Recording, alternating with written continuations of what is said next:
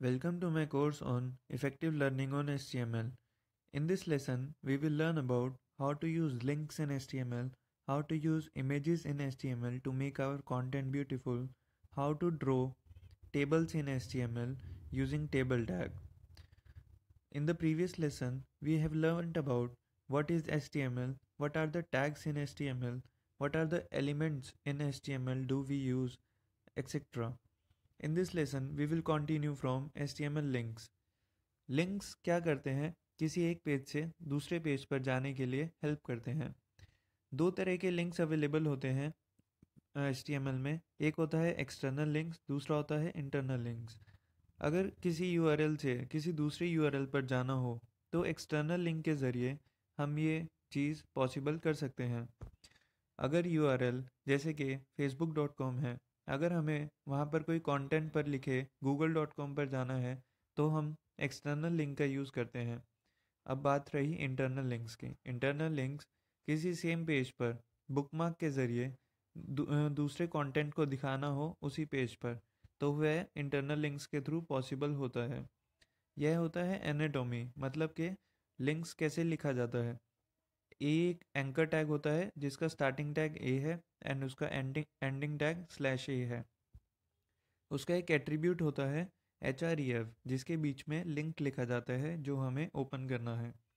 यह आप देख सकते हैं एक कंटेंट है जिसके पीछे यह लिंक छुपा होगा। जैसे ही हम इस कंटेंट पर क्लिक करेंगे तो वह लिंक ओपन हो जाएगा। यह एक एक्सटर्नल लिंक भी बना सकते हैं, यह एक इंटरनल लिंक भी बना सकते हैं। अब हम एक एग्जाम्पल देखेंगे कि कैसे हम लिंक्स को यूज़ करते हैं। आप लाइन नंबर 20 में देख सकते हैं एक एंकर टैग लिखा गया है जिसका एक लोकेशन दिया हुआ है एंड ये उसका टारगेट दिया हुआ है कि वो कैसे ओपन होगा। यह उसका एक कंटेंट है जिसके पीछे यह लिंक छुपा होगा।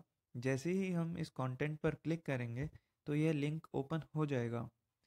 टारगेट डिफाइन करता है कि हमें यह लिंक एक अनदर वेब पेज में खोलना है, अलग वेब टैब में खोलना है या उसी पेज पर खोलना है।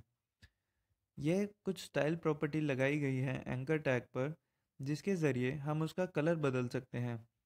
एंकर टैग या तो वह लिंक टैग भी हो सकता है। विजिटेड, अगर वह एक बार विजिट कर लिया गया है तो वह विजिटेड टैग के अंदर आएगा। अगर हमें होवर कर रहे हैं उस पर तो उसका कलर येलो हो जाएगा। अगर वह एक्टिव है मान लो, या फिर वो उसे क्लिक किया गया है तो उसका कलर ब्लैक हो जाएगा। तो इसके ज़रिए हम HTML में HTML लिंक्स का यूज़ कर सकते हैं। अब हम जानेंगे HTML इमेजेस के बारे में। अगर हमें कोई इमेज एम्बेड करनी है HTML पेज में तो हम HTML इमेजेस का यूज़ करते हैं। इमेज एक सोर्स, यह एक एग्जांपल में दिया गया है 12 नंबर लाइन में। इमेज टैग ये उसका क्लोजिंग टैग है, ये उसका सोर्स एट्रीब्यूट है एंड ये उसका ऑल्ट एट्रीब्यूट है। सोर्स एट्रीब्यूट में इमेज लोकेशन दी जाएगी। यह चाहे एक्सटर्नल लिंक हो सकता है या इंटरनल लिंक हो सकता है। ऑल्ट में जो टेक्स्ट दिया जाएगा वह उसका मतलब है। अगर यह इमेज डिस्प्ले नहीं होता है किसी कारण से तो यह इमेज का टेक्स्ट वहाँ पर लिखा आ जाएगा। जैसा कि मैं एग्जांपल से बताता हूँ, अगर हमें html.jpg खोलना है और अगर हमारा नेट स्लो है तो इतने HTML इमेज लिखा आएगा। जब इमेज लोड हो जाएगी तो यह हाइड हो जाएगा एंड इमेज डिस्प्ले हो जाएगी। ये हमने स्टाइल टैग यूज़ करके इमेज की कुछ प्रॉपर्टीज़ डिफ़ाइन की है, विड्थ एंड हाइट। तो इमेज टैग डिफ़ाइन किया जाता है img टैग से। इसके ज़रिए हम लिंक्स भी क्रिएट कर सकते हैं। जैसा कि हम 12 नंबर लाइन में अगर एंकर टैग यहाँ पर लगा दें तो यह एक लिंक बन जाएगा। ऑल्ट एट्रीब्यूट का मतलब मैंने आपको बताया है, डिस्प्ले टेक्स्ट करने के लिए काम आता है अगर इमेज रेंडर नहीं हुआ है अच्छे से तो। अब हम जानेंगे HTML टेबल्स का पर्पज़। अगर हमें डाटा को रोज़ और कॉलम्स के वे में प्रेजेंट करना है तो हम HTML टेबल्स का यूज़ करते हैं। यह एक सिंटेक्स आप देख सकते हैं HTML टेबल्स का होता है। टेबल टैग के बीच में डिफ़ाइन की गई चीज़ें टेबल के ज़रिए रिप्रेजेंट हो जाती हैं। th टैग, अगर हमें किसी हेडिंग देनी है टेबल को तो वह th टैग के द्वारा दी जा सकती है। tr टैग यूज़ किया जाता है अलग अलग रोज़ रिप्रेजेंट करने के लिए। td टैग होता है कॉलम्स को रिप्रेजेंट करने के लिए पर्टिकुलर रोज में।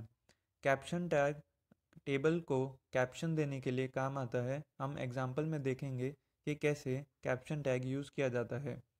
टी हेड जो भी फर्स्ट रो होगा उसको बोल्ड कॉन्टेक्स्ट दे देगा। टी बॉडी बाकी के टेक्स्ट को नॉर्मल रखेगा। टी हेड और टी बॉडी का ये काम होता है।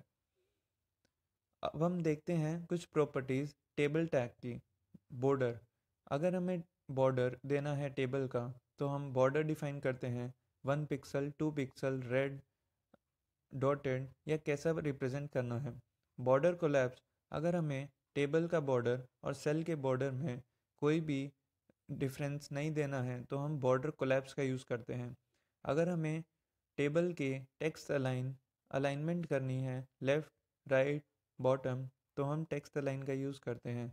अगर हमें बॉर्डर के बीच में स्पेस देना है तो हम बॉर्डर स्पेसिंग का यूज़ करते हैं। अगर हमें टेबल को कैप्शन देना है तो हम कैप्शन डाल देते हैं टेबल में कैप्शन टैग के ज़रिए। सेल स्पैन का यूज़ करना है तो हम सेल स्पैन यूज़ करते हैं एंड इसका पर्पस होता है कॉलम्स को कंबाइन करने का।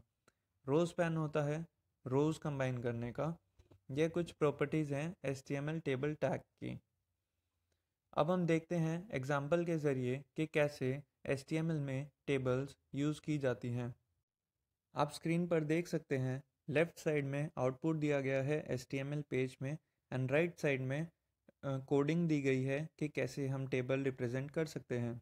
16 नंबर लाइन से टेबल टैग स्टार्ट किया गया है एंड 35 नंबर लाइन में उसका एंड टैग कर दिया गया है। 17 नंबर लाइन में कैप्शन दिया गया है डाटा, जो कि आप देख सकते हैं स्क्रीन पर टेबल का कैप्शन बनकर डाटा आ गया है। 18th एंड 21st लाइन के बीच में जो भी डाटा लिखा गया है वह बोल्ड रूप में डिस्प्ले हो गया है। 22 एंड 34th लाइन के बीच में जो भी डाटा लिखा गया है वह नॉर्मल कॉन्टेक्स्ट की फॉर्म में रिप्रेजेंट हो रहा है। टीआर टैग, हमने 3 बार टीआर टैग यूज़ किया है जिसके ज़रिए यह पता लगता है कि 3 रोज़ डिस्प्ले हो रही हैं। टीएच टैग हेडिंग टैग देने के लिए काम आता है जिसका आप देख सकते हैं बोल्ड टेक्स्ट है। टीडी टैग कॉलम डिफाइन करने के लिए काम आता है। जैसा कि हम देख सकते हैं टेबल में 2 कॉलम हैं। आप एक चीज़ नोटिस करिए, जब हमने कुलदीप रिप्रेजेंट किया तो वह एक सिंगल रो में आ रहा है एंड सिंगल कॉलम में आ रहा है। तो इसका मतलब हमने कॉल स्पैन यूज़ किया है। इसका मतलब कॉलम स्पैन, 2 कॉलम को एक बनाकर हमने उसको डाटा रिप्रेजेंट किया है। तो आप 32 लाइन में देख सकते हैं कि कैसे हमने कॉल स्पैन यूज़ किया है। कॉल स्पैन की वैल्यू 2 दी है तो वह 2 कॉलम को मर्ज कर रहा है एंड डाटा को रिप्रेजेंट कर रहा है। हमने कुछ स्टाइल टैग यूज़ किया है। टेबल TH एंड TD पर बॉर्डर लगा दिया है। टेबल पर बॉर्डर स्पेसिंग 5 पिक्सल दे दी गई है। TH एंड TD की पैडिंग 5 पिक्सल दे दी गई है। आप देख सकते हैं डिफरेंस कुछ बॉर्डर में 5 पिक्सल का इन दोनों के बीच में दिया है। नेम और इस फर्स्ट बॉर्डर के बीच में भी एक डिफरेंस है जो कि आपको विजिबल होगा। यह पैडिंग होती है, यह 5 पिक्सल दी गई है।